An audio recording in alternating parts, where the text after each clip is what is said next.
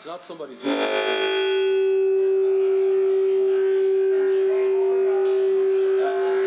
wasn't looking at you, Deputy Healy-Rae.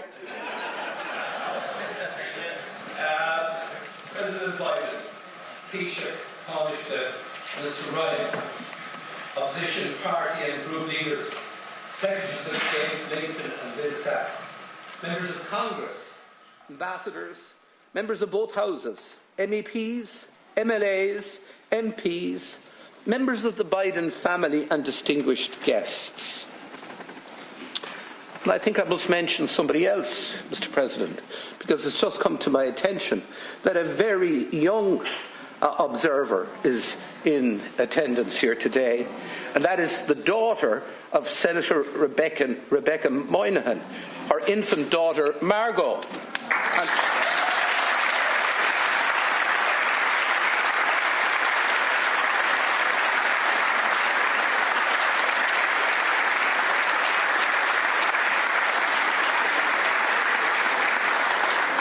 And I do suspect that Margot's attendance here will go down in family folklore for many years to come.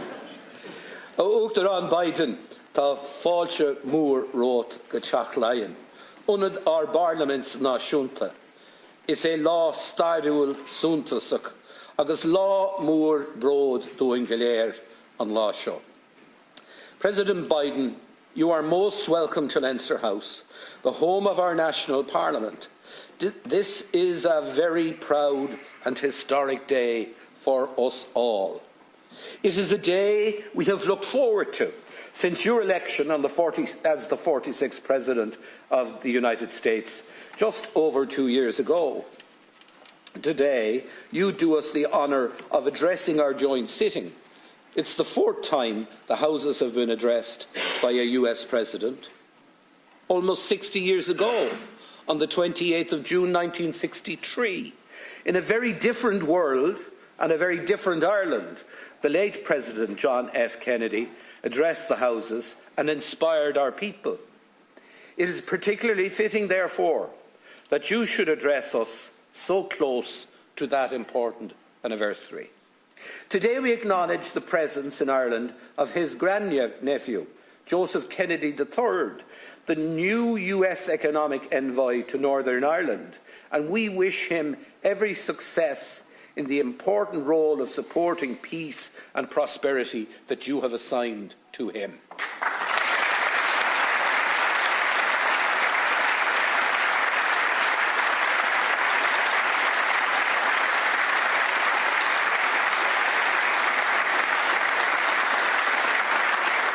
Now, Mr. President, while all previous presidential addresses have been of major significance, today's is like no other, because amongst an extensive list of distinguished guests, we are joined here in the Dáil today by our former illustrious President, Mary McAleese, former Taoiseach Bertie Ahern, a key architect of the Good Friday Agreement, former Taoiseach Enda Kenny, a fellow Mayo man and a close personal friend, we know, of yours. Joining us also is the former President of Sinn Féin and a former member of this House, Gerry Adams, who played such a key role in the Good Friday Agreement negotiations.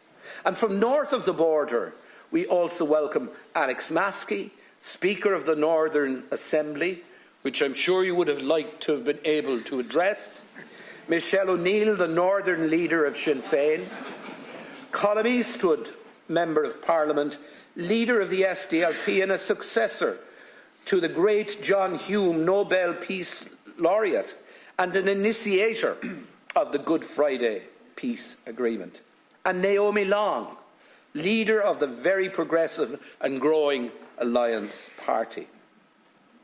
I extend a special welcome also to Miss Mary Heaney, whose late husband, Seamus Heaney, is a favourite poet of yours, Mr. President, and of ours also. And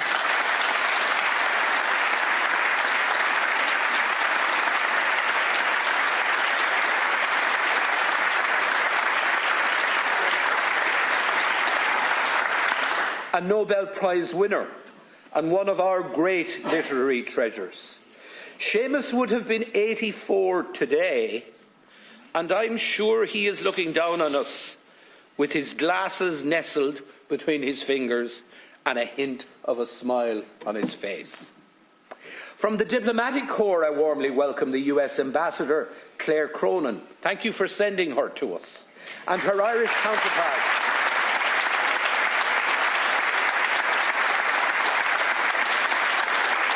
Her Irish counterpart in Washington, Ambassador Geraldine Byrne-Nason, one of the very best of our diplomats.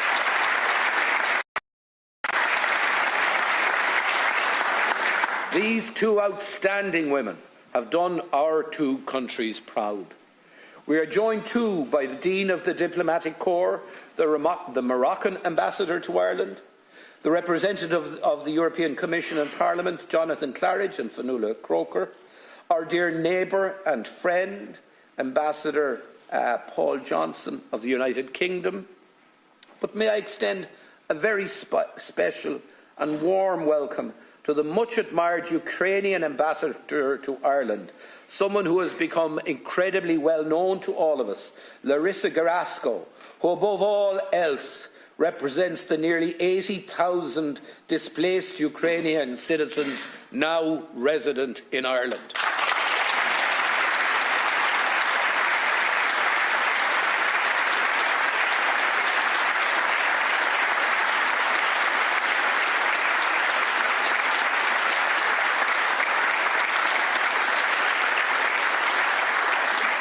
So for you, Mr. President, quite a gathering. And with the greatest of respect, Mr. President, I must say you sure can draw a crowd. Perhaps afterwards you might give me some hints on how we could ensure a good attendance around here on Thursday afternoon. President Biden, today you're amongst friends because you are one of us. You often speak of your Irish roots with great pride and affection, especially your ancestors from Louth and Mayo. And the story of Ireland is inextricably linked to emigration, and in many ways you personify it. From the famine times through to today, so many people left these shores in search of a better life in the United States. And a remarkable 33, maybe 34 million Americans now claim Irish ancestry. The signatories of the 1916 proclamation said that this very republic came into being with the support, and I quote, of its exiled children in America. And how true that was. Down through the years, our exiles supported Ireland economically and politically and never forgot the families they left behind. All through your political career, sir, you too have been a faithful and supportive friend of Ireland. You have been there, to quote the well-known song, in sunshine or in shadow. So on this historic occasion, your homecoming, we warmly welcome you back to your roots. From the bottom of our hearts, we thank you for all you have done and continue to do for us here in Ireland. The Ireland you are visiting this week is a multicultural, progressive nation, benefiting enormously from an inflow of immigrants who have arrived on our shores from across the world. They enrich our society and help us grow our economy.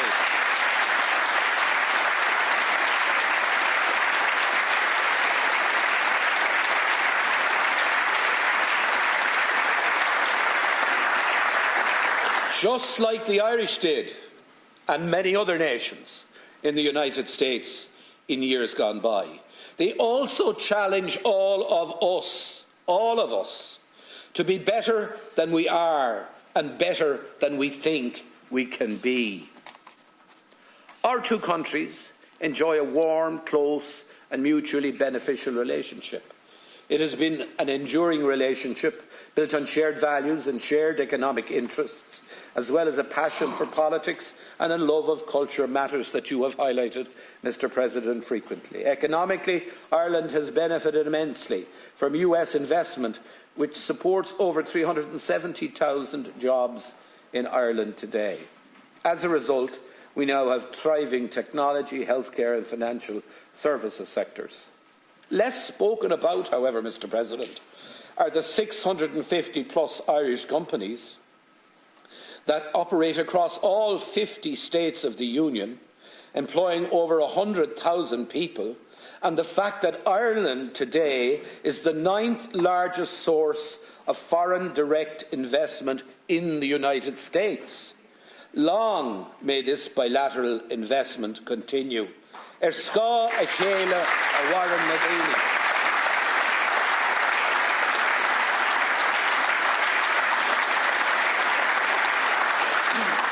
Mr. President, 2 years ago on a cold January day in Washington, D.C., you spoke of the importance of unity and hope. And as we gather in this Easter week, we recognise that the world is in need of hope. Hope for those affected by war, hope for those suffering from hunger, and hope for those in the face of the existential threat of climate change. On this island, your visit to Northern Ireland is an important statement of hope and support for building a better and continued peaceful and prosperous future for all. We thank you for your unstinting and constructive support for the Good Friday Agreement over the last 25 years, and for your continued close engagement, which you demonstrated so powerfully this week. Friends and colleagues, politics, despite what the cynics might say, is a noble profession, and we are fortunate today to welcome not just a very fine politician, but an outstanding and international statesman. President Biden, in life, you have demonstrated unshakable faith, deep resilience, and the ability to bring people of diverse and often conflicting views together. Above all, to quote the memorable words of the iconic Seamus Heaney, you challenge us to believe that the farther shore is reachable. I invite you now to address the Houses. Thank you.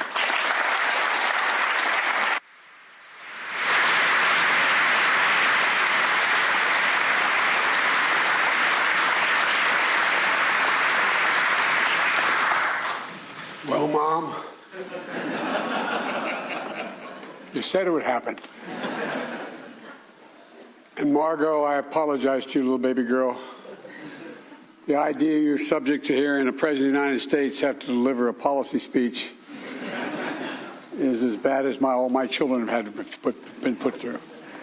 Speaking to my children, my son Hunter is with me, and my best friend in the world, my sister Valerie, is with me today. And I want them to...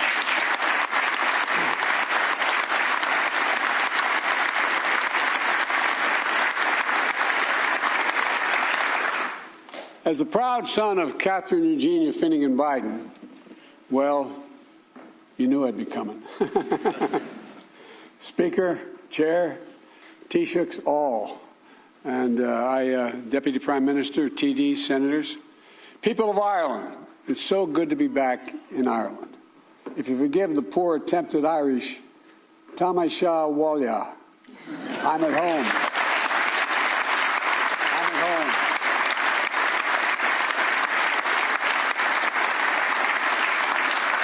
I only wish I could stay longer. But I always have a little bit of Ireland close by, even when I'm in Washington.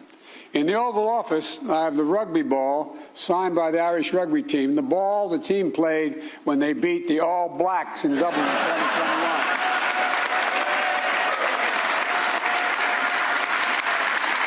By the way,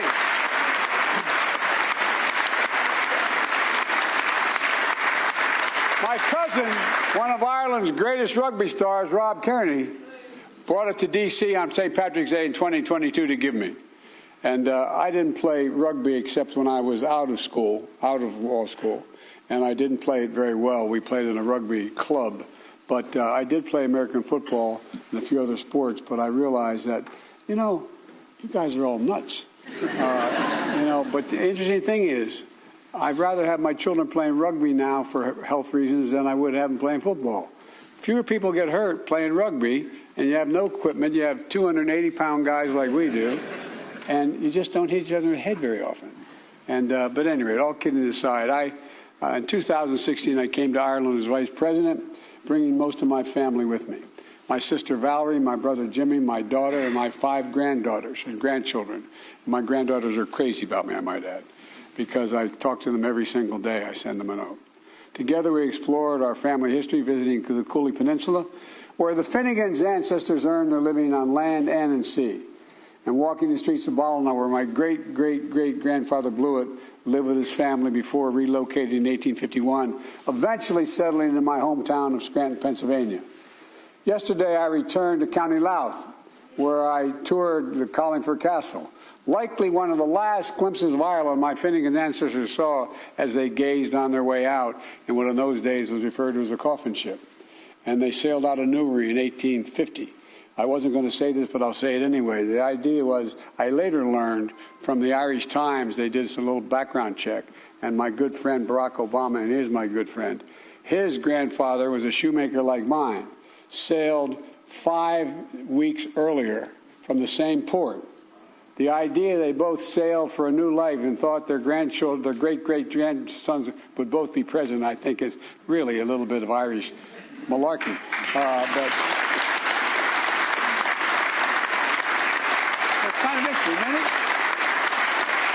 Tomorrow, I'll also revisit County Mayo and remember the history and hope and the heartbreak my Blewett ancestors must have felt leaving their beloved homeland to begin their new lives in America. I say all this not to wax poetic about bygone days, but because of the story of my family's journey and those who left and those who stayed is emblematic of the stories of so many Irish and American families, not just Irish-American families. And these stories are the very heart of what binds Ireland and America together. They speak to a history defined by our dreams. They speak to a present written by our shared responsibility. And they speak to a future poised for unlimited shared possibilities. So today, I'd like to reflect on the enduring strength of the connections between Ireland and the United States, a partnership for the ages. It begins in our shared history, dating back to the very founding of the United States. The Irish hearts that helped kindle the torch of liberty in my country and fire its revolutionary spirit.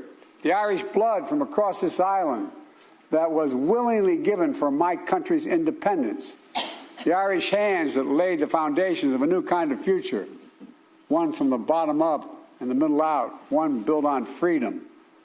You know, the great waves of immigration that brought our ancestors to the United States in succeeding decades carried millions more Irishmen across the sea. Most of them arrived a little more than with hope in their hearts and strength in their dreams and beautiful memories of an emerald green isle, a home they would never fully leave behind. I've never met an Irishman in America who doesn't think he will hope he could see Ireland someday. You know, their sweat is soaked with the foundations of communities across the nation, all across America. You can't go anywhere and not find it. By the way, Tip O'Neill, the former Speaker of the House, used to say that he'd have a reception for all the Irish in the Congress, the House and the Senate, and all those who wish they were Irish. And everybody showed up. Look, the journeys of our ancestors expanded our horizons and literally excited our imaginations. They became the untiring backbone of America's progress as a nation, even as they endured discrimination and they were denied opportunity. I'll tell you a story. I was campaigning for president, and I was out in Colorado, and I was with a man whose family had been, he was a former senator, a man whose family had been in the United States since the conquistadors for generations. And and there were a whole lot of people standing across a refurbished rail station in eastern Colorado. And there was literally 10,000 people on the other side of the track waiting to hear me speak. And he kept saying, "Now, Joe, remember, these people are not, these are my people. They're Hispanic. They're not used to being taken. You got to show respect and serious." I said, "I understand." And he kept it up. Finally, I turned to him and said, "God's truth, this refurbished train station, okay? It had like linen kind of wallpaper on it. And about every 20 feet, there was a brass plaque that's saying, "No Irish allowed." I said, I get it. I get it.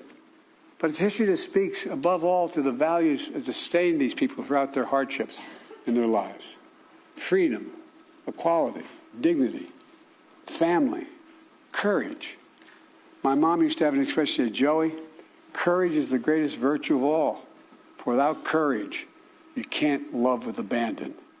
Without courage, you cannot love with abandon."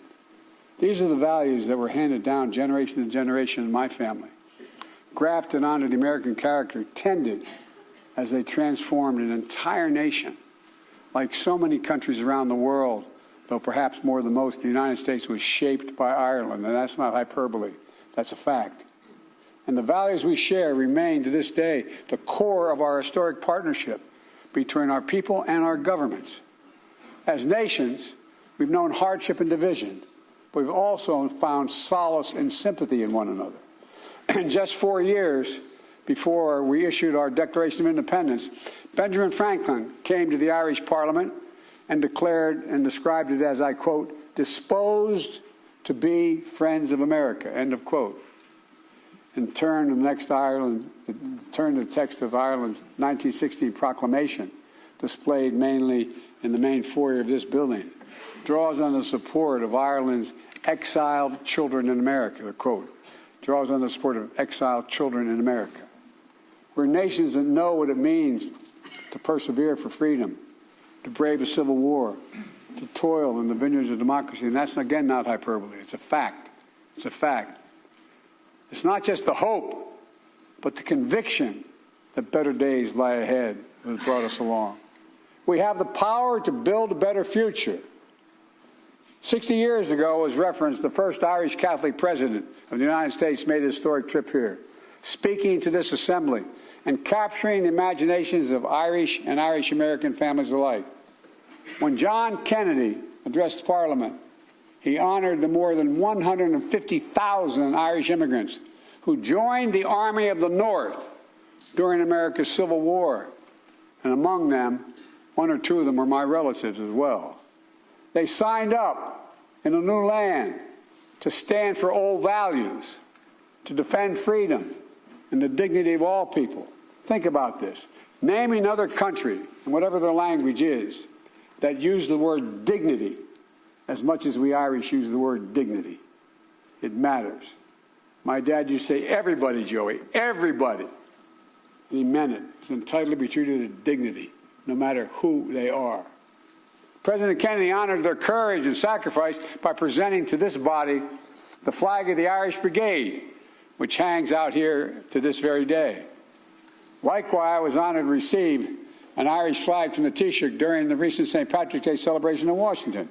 It was flown to commemorate the Irish who first raised the tricolour in Ireland 175 years ago and who subsequently made his way to America, where he led the Irish Brigade in that Civil War battle. These liked symbols, holding a place of honor in Leinster House and the White House, embody a century of history between our countries. Connections that irrevocably have shaped the understanding of the world and our hope that we put in it.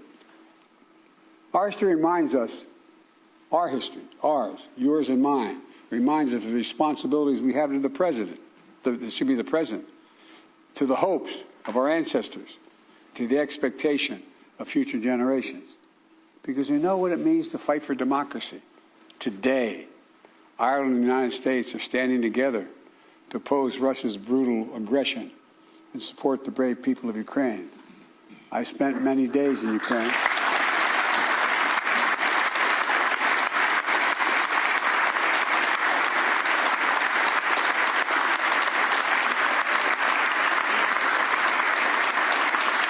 President Kennedy said 60 years ago, and I quote, "Ireland pursues an independent course in foreign policy, but it is not neutral between liberty and tyranny, and it never will be." Thank you for that.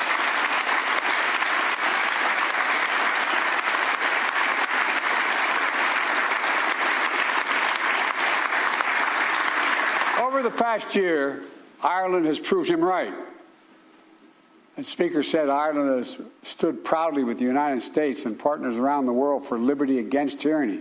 Ireland has committed more than 170 million euros in non-lethal aid to Ukraine, including vital protective gear, medical equipment, humanitarian support, and aid to minimize the impacts of war on food insecurity and child malnutrition. You don't forget. You have memories that go deep. And as a member of the European Union, Ireland is working together with the United States and other partners to hold Russia accountable for its actions, including through significant sanctions and export controls. I've known Putin for over 25 years. Putin thought the world would look the other way, was confident he would break NATO and the European Union. The unity of Western nations would fracture and fall at the moment of testing. That's what he thought. But he was wrong. He was wrong on every point, on every front. Today, we're more united and more determined than ever to defend the values that make us strong.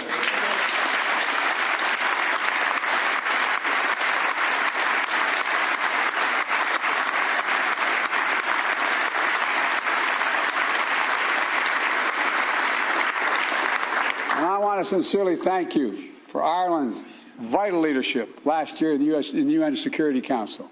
Working together, Ireland and the United States helped change the way the UN sanctions are implemented to ensure they do not hamper humanitarian efforts. The new humanitarian carve-out will make sanctions more effective and save lives. Ireland's support for Ukraine is especially meaningful because you carry the moral authority with nations around the world. Ireland's always been a voice for liberty, global cooperation, and equality of all mankind. Because Ireland remembers the terrible cost of war, you've built an international credibility as peacekeepers, stepping up continuously to serve in the UN peacekeeping missions since Ireland's first deployment in 1958. Because Ireland remembers what it means to have to flee home, leaving everything behind to begin again on foreign shores. The Irish people have generously opened their hearts, their homes, and you've welcomed, as you said, nearly 80,000 Ukrainian refugees. I would argue the rest of the world has an obligation to help you maintain that as well. Because Ireland remembers how painful hollows of the great hunger, and you're today a global leader in food security as well.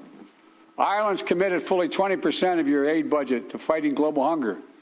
And in a moment where people around the world are struggling with the economic fallout of the pandemic, Russia's war in Ukraine, Ireland is growing its aid budget and expanding its commitment to help vulnerable people, especially partner nations across Africa.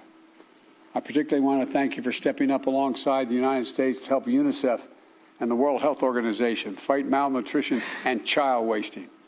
Ireland's contribution of 50 million euros is helping prevent and treat wasting, child wasting, and supply ready-to-use therapeutic foods and reach 500,000 children in Africa.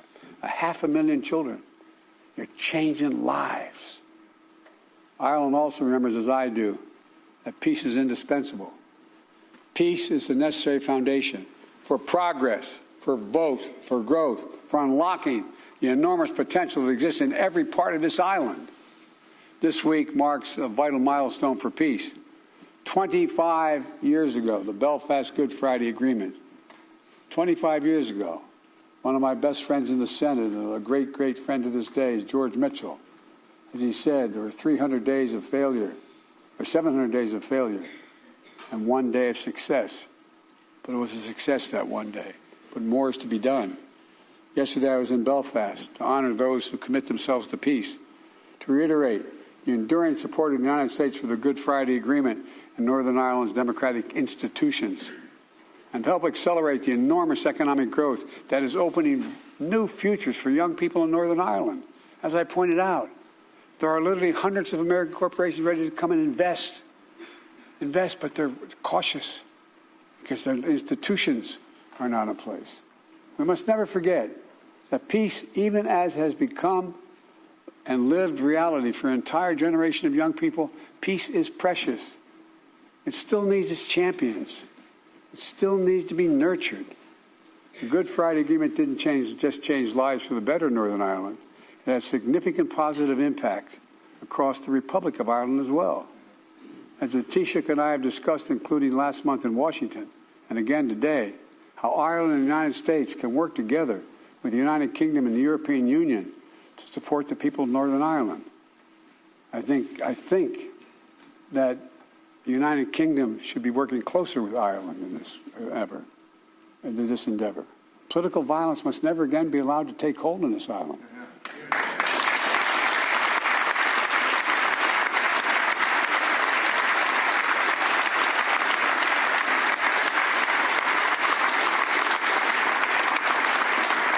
Presumption me to say from the United States, but that must be the goal which guides us in all our efforts.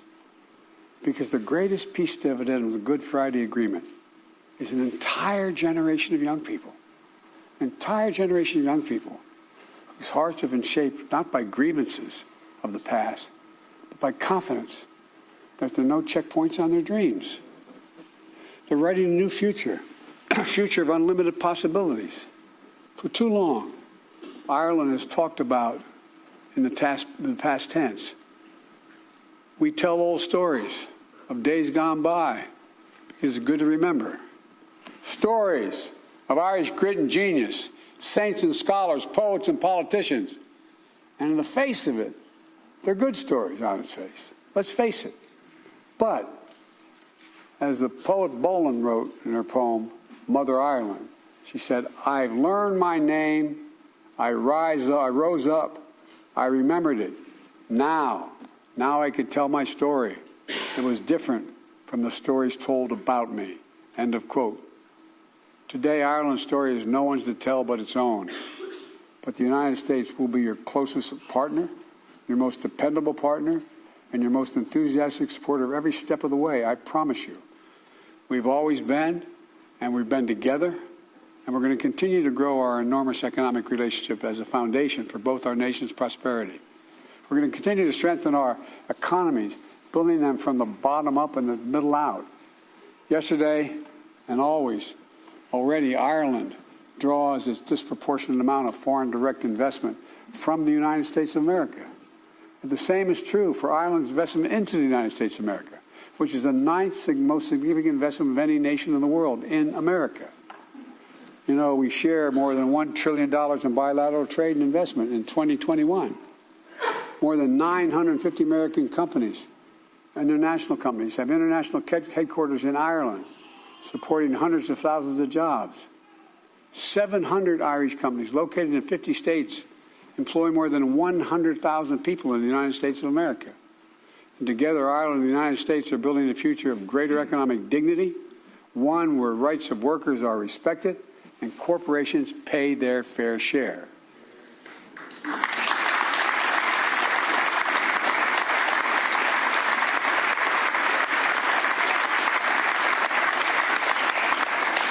The global minimum tax will continue fair competition for investing while creating benefits for all our people. And I have no doubt that the thriving economic relationship between our countries is going to continue to grow. I'm grateful for Ireland's partnership in delivering this game-changing international agreement. Similarly, the deep connection that has always existed between our people and the land has translated into a commitment to fight climate crisis, to preserve our planet for future generations. The single existential threat to the world is climate change. We don't have a lot of time, and that's a fact. They're even recognizing, finally, everyone's recognizing America. I've flown over more territory in the United States since I've been president in a helicopter that has been burned to the ground than comprises the entire state of Maryland, equal to the entire state of Maryland. Ireland's famous 40 shades of green are being supplemented by green energy, green agriculture, green jobs. Make no mistake, the entire world sees and is drawn to the opportunities that exist on this island. The skilled workers, the high-tech infrastructure, the innovators who are breaking barriers, the connection and kinship you share, not just in the United States, but with countries around the globe. I know you all know it, but maybe sometimes we forget it. Ireland is a hotbed of cutting-edge science, research, and emerging technologies that's going to influence so much of our shared future, for real. Working in partnership with Ireland, the United States, Together, the European Union and like-minded parties around the world are going to ensure that those technologies are grounded in the same core values we have championed for so long: democracy, human rights, freedom of opportunity for everyone, not just for some, for everyone. You know, I hadn't planned on running for president again in 2020. My son, Beau, had just died of stage 4 glioblastoma after coming back from Iraq after a year. He was the Attorney General of Delaware. As a matter of fact, he should be the one standing here giving this speech to you. But, you know, I started to write a book talking about how technology has always changed the world, and we were at an inflection point in the world. The technology was changing so rapidly and things were changing so significantly that it wasn't so much who led any country, it was the changes that are just happening at incredible speed, incredible speed. Look what's happening with artificial intelligence right now. It holds enormous promise and enormous concern. Our world stands at an inflection point where the choices we make today are literally going to determine the future or the history of this world for the next 4 to 5 decades. Literally, not figuratively.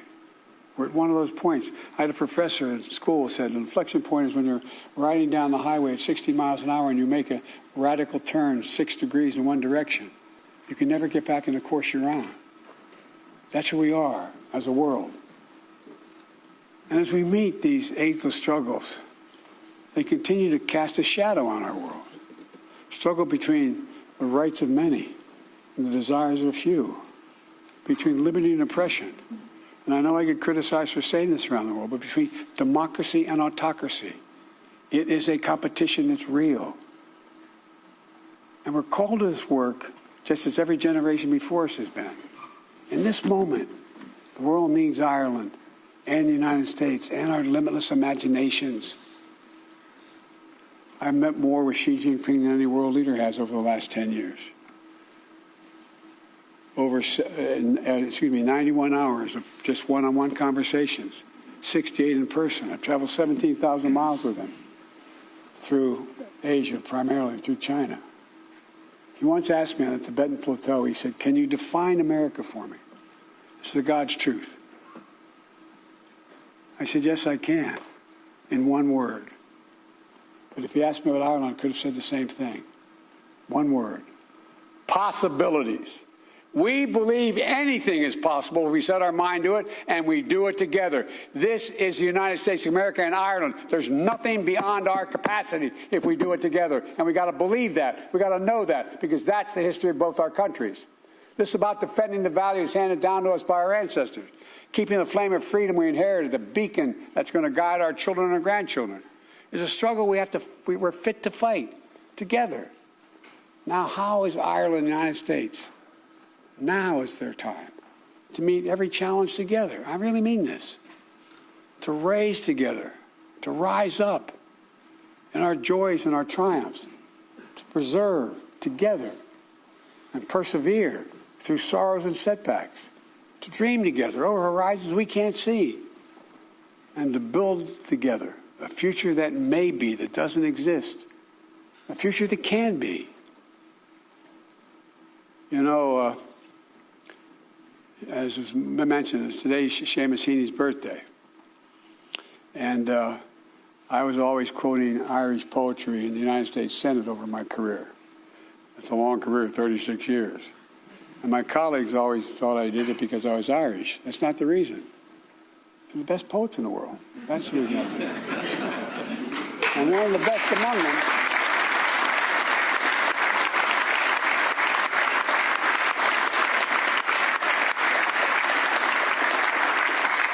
was your husband. And thank you for sending me that autographed copy. It was your husband. My favorite poem was The Cure at Troy. And it goes, you all know the words. You know it, you just heard it so many times. He wrote, "Don't hope on this side of the grave, but then, once in a lifetime, that longed-for tidal wave of justice can rise up, and hope and history rhyme. It's everything I've been taught. Rise up. We've in the past made hope and history rhyme. So today, ladies and gentlemen, as we celebrate the enduring partnership between our nations, our shared past, our present, let's set our eyes squarely on the future. Let's harness what's best in us, our courage, our creativity, our loyalty, our tenacity, and our loyalty again. Let's once more, for our generation and the generation to come, strive to make hope and history rhyme. Because I've never been more optimistic about the future than I am today. And I'm at the end of my career, not the beginning. The only thing I bring to this career after my aged, as you can see, how old I am, was a little bit of wisdom. I come to the job with more experience than any president in American history. Doesn't make me better or worse, but it gives me few excuses.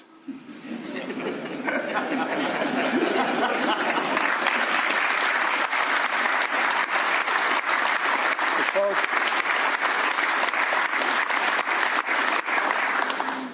this is one of the great honors of my career, to be here today. And I mean it from the bottom of my heart. You have no idea what my greatest regret, I'm going to sound like a kid, but my mom's not here to hear it. My greatest regret is my grandfather Finnegan, who was an Irish American whose grandfather was Owen Finnegan, who made the effort. And he was a great athlete. He went to Santa Clara University, and he was a newspaper guy on the business side. And I never understood what he meant when he said, "Joey, I worry about you." He'd lean over. I said, "Pop, what do you worry about?" He said, you're too much like that guy who led the revolution instead of the guy who was the prime minister. I said, he said, you got to be less like the military guy. They shot him. And more like De Valera. Well, I've never...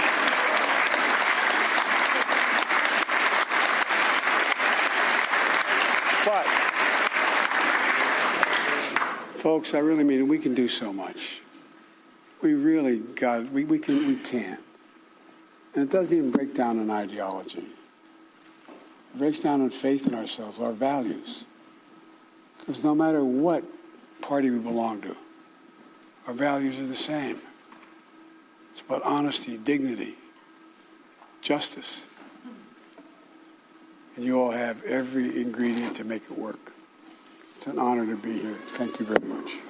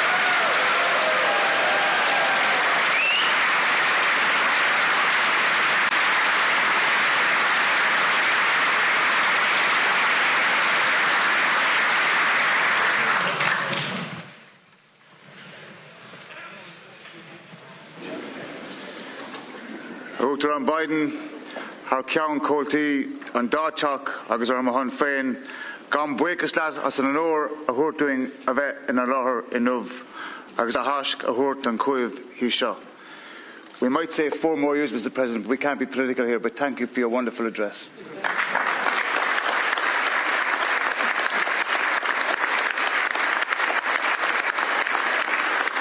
Mr. President, as Cathaoirleach of Shannon Éireann, on behalf of the members of Shannon Éireann and Dáil Éireann, I thank you for honouring us today with your presence and for addressing both houses of the Oireachtas, the 4th such American president. And can I sincerely thank Ambassador Cronin, who in her tenure here, Mr President, has served your country with distinction, and we thank you most sincerely.